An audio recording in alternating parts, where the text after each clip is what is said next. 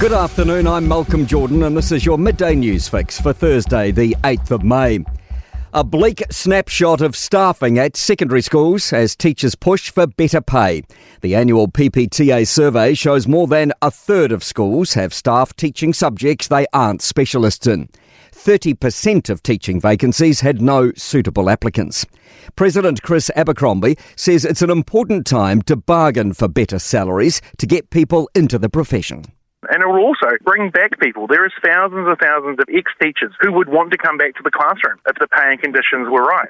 All eyes are on Pakistan's response to military attacks from India on Pakistan and Kashmir. India says it's retaliation for a terrorist attack that killed 26 last month. India claims it's demonstrated restraint.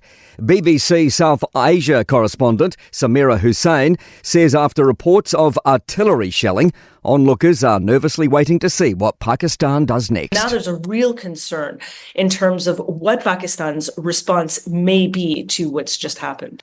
A ministerial advisory group expert believes New Zealand's failure to curb criminal activity isn't due to a lack of trying. The group's second report criticises our response to modern crime and money laundering. It shows the cash and assets seized by police are just 4.2% of the $1.6 billion that criminals make each year.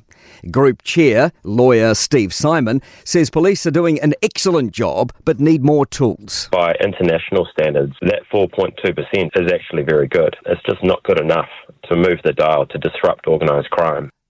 A fire investigator has been called to a work and income building that went up in flames today in Auckland's Glen Innes. Fire broke out about 7 a.m. at the Mayfair Place shopping area, with 15 crews and additional support vehicles responding. It's now contained, but people should keep away.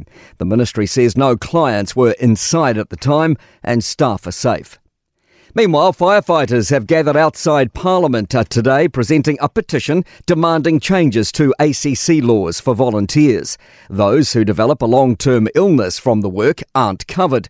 More than 36,000 people have signed a petition calling for case-by-case reviews instead of an automatic reduction.